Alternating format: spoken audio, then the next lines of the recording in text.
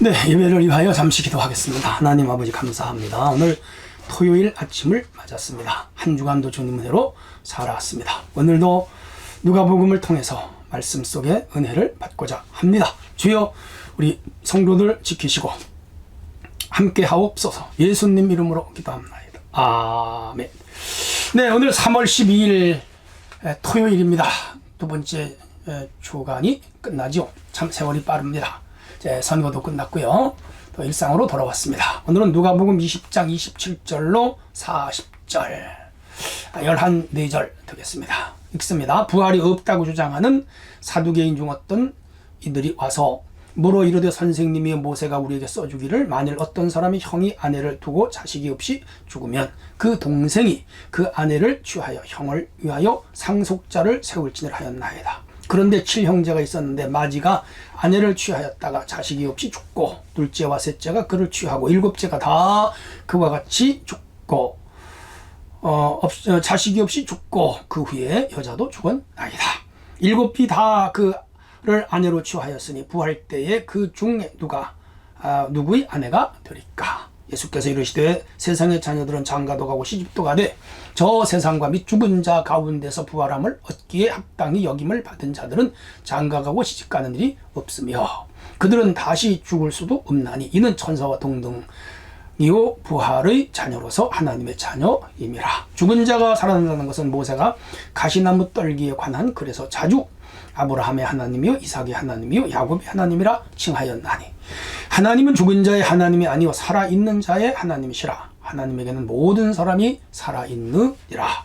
서기관 중에 어떤 사람이 이르되 선생님 잘 말씀하셨나이다 하니 그들은 아무것도 감히도 물을 수 없음이더라. 아멘. 네, 부활 신앙의 핵심 근거에 대해서와 살아있는 자의 하나님 이런 주제가 되겠습니다. 자, 오늘은 역시 두 가지예요. 27절로 33절은 부활 논쟁입니다. 두 번째가 34절로 40절 부활 실제 확인 이런 주제를 가지고 한번 생각하도록 합니다. 자, 우선 27절을 보시면 부활이 없다고 주장하는 사두개인 중 어떤 이들이 왔다 그랬습니다. 당시 양대 교파 유대교 교파죠. 사두개파, 바리새파입니다. SNF파가 있었지만 그들은 이제 광야로 나가서 조용히 기도 생활과 수도 생활을 하는 사람들로서 현장에 없었고 실제 생활 속에는 이 두 파가 치열하게 싸웠습니다. 사두개파는 자유주의, 오늘로 말하면 바리새파는 보수주의, 그렇게 말할 수가 있습니다. 자, 그래서 이 사두개인들은 주로 제사장들이죠. 부활을 안 믿었어요. 신구약 중간기에 태어났다 그랬죠. 그리고 당시 제사장들은 굉장히 부자였어요. 왜? 제사에 제물을 드리는데 그 제물을 업자들과 동업을 했어요.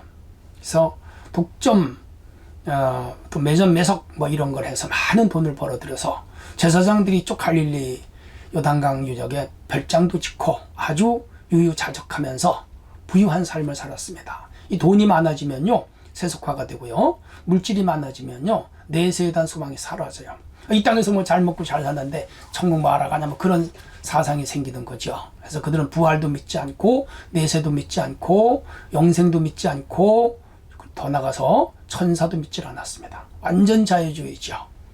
근데 바리새인들은 반대로 내세도 믿고 영생도 믿고 구원도 믿고 부활도 믿고 천사도 믿고 참 극과 극이죠. 자, 이제 그 자들이 왔습니다. 사두개파예요.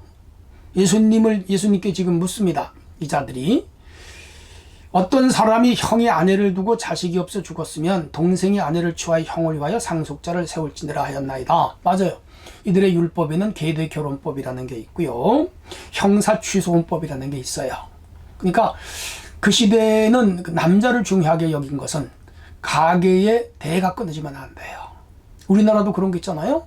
남아 선호 사상이라는 게 있고요. 특별히 유교에서는 반드시 아들을 낳아야 돼. 그래야 가문이 끊어지지 않는다.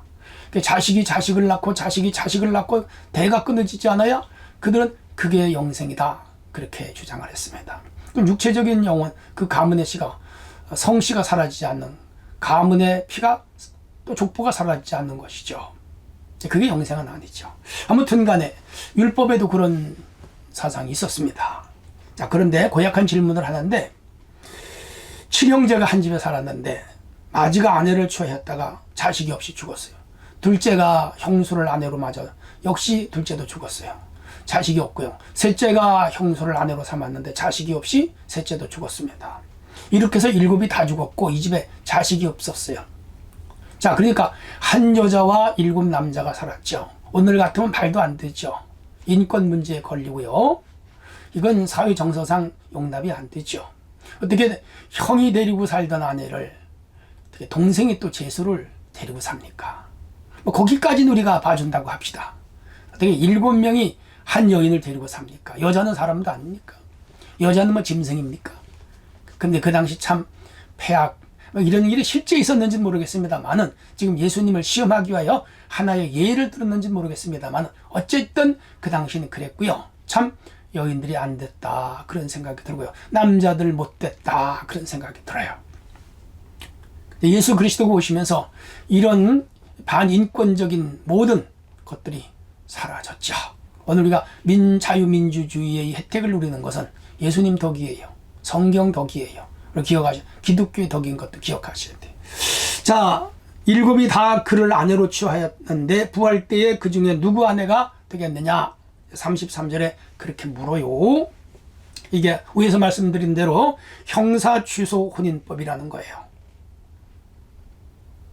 근데 이들은요, 예수님을 이제 넘어뜨리기 위하여, 곤경에 빠뜨리기 위하여 왜곡된 주장, 뭐라고 할까요? 예를 들어서 곤란하게 예수님이 대답을 못하게 하시려고 이런 주장을 했죠. 우리가 기억해야 됩니다. 부활은 있습니다. 영생도 있습니다. 그리고 사후에는 예수님 말씀하십니다. 장가가고 시집가는 것도 없다, 그렇게 말씀하시고, 또 이들의 이런 주장을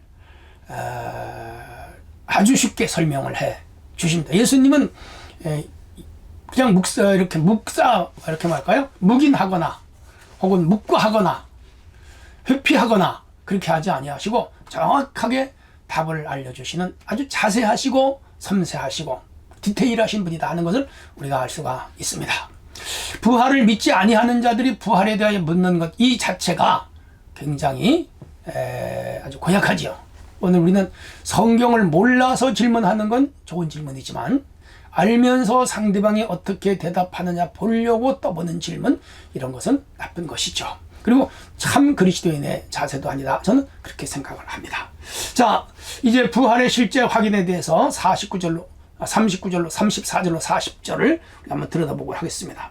34절, 예수께서 이르시되 이 세상에 자녀들은 장가도 가고 시집도 가고. 맞아요. 오늘 우리는 장가도 가고 시집도 가고 아기도 낳고 가정도 꾸미고 집도 사고 돈도 벌고 성공도 하고 출세도 하고 재미있게 살고 여행도 다니고 그래야지요. 열심히 사세요. 그런데 저 세상과 및 죽은 자 부와 가운데 부활함을 얻게 합당한 여김을 받은 자들은 장가가고 시집가는 것이 없다. 저 세상은 사후 천국을 말합니다. 그러니까 일단 죽으면 영원히요, 믿는 자들은 하늘나라로, 안 믿는 자들은 영원한 지옥으로 가고, 그들은 이제 영원히 죽는 거죠. 거기는 미래도 희망도 꿈도 없습니다. 그리고 거길 가지 않아야 되고 또 안 가려고 예수 믿는 거예요. 내세라고 하면은 하늘나라, 거길 들어가기 위하여 믿는데, 거기는 장가가고 시집가는 일이 없다. 왜? 영이기 때문에. 영은 장가가고 시집가는 일이 없습니다. 여러분, 천사들 있잖아요. 천사들은 장가가고 시집가지 않습니다. 만약에 천사들이 장가가고 시집가면 어떻겠어요? 그 목에 살려야 되잖아요. 천사들이 일을 해야 될 것 아니에요. 천사들이 농사를 지어야 될 것 아니에요. 먹고 살리면 또 거기도 경쟁이 있을 것 아니에요. 문화가 있을 것 아니에요. 아이고, 정치가 있어야 할 것 아니에요. 나라가 있어야 할 것 아니에요. 그럼 뭐 맨날 천사들이 쌈박질하다가 말이죠. 하늘나라는 그런 소유욕이 없는 세상이다, 그렇게 생각하셔야 됩니다. 희낙락, 희락과 평강과 의의 세상입니다. 그들은 다시 죽을 수도 없고 천사와 동등하고 부활의 자녀로 하나님의 자녀. 거긴 죽지도 못해요. 또 죽지도 않아요. 천사와 동등하다 그랬습니다. 어디 가요? 그 세계가. 잘 기억하셔야 돼요.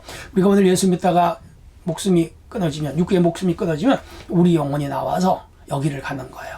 이게 낙원이라고도 그러고 천국이라고도 하는데 같은 곳이에요. 따로따로 있잖아요. 같은 곳인데 여기는 영으로 존재하는데 이곳에서는요 천사와 같은 존재로서 시집가고 장가가는 그런 곳이 아닙니다. 영원히 하나님의 자녀로 있다, 그 얘기예요. 그러면 예수님이 부활하시면 어떻게 되느냐? 그때 우리가 부활을 해요. 그때는 어떻게 할까요? 시공의 제한을 받지 않은, 우리와 이런 똑같은 육은 아니라고 생각을 해요. 어쨌든 우리가 부활을 해서 이제 새 하늘 새 땅, 신천신지라고 하는 그곳에서 예수님과 영원히 함께 사는 그런 세계로 우리가 들어가게 됩니다.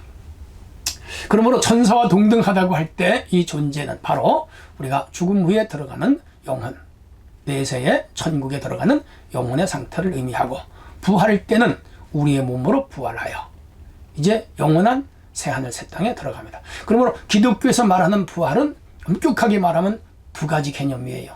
첫째는 예수를 믿고 구원을 받고 거듭날 때 우리가 죄로 죽었던 영혼이 살아나는 겁니다. 하나님과의 관계가 회복되는 것이죠. 두 번째 부활은 예수님이 재림하실 때 우리 영혼이 우리의 몸과 결합이 되어 이제 신령한 몸으로, 부활의 몸으로 영원한 새하늘 새 땅에서 영원히 사는 존재로 바뀐다. 그렇게 기억하시면 되겠습니다.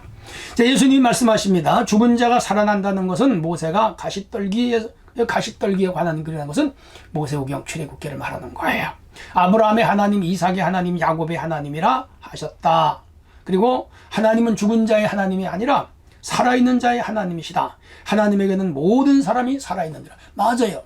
우리는 이제 이 세상에서 육이 죽고 아이고 고골하고 장례를 지내고 슬퍼하고 이별, 영원한 사별에 대하여 힘들지요. 예수님 앞에, 하나님 앞에는 그 죽은 게 아니에요.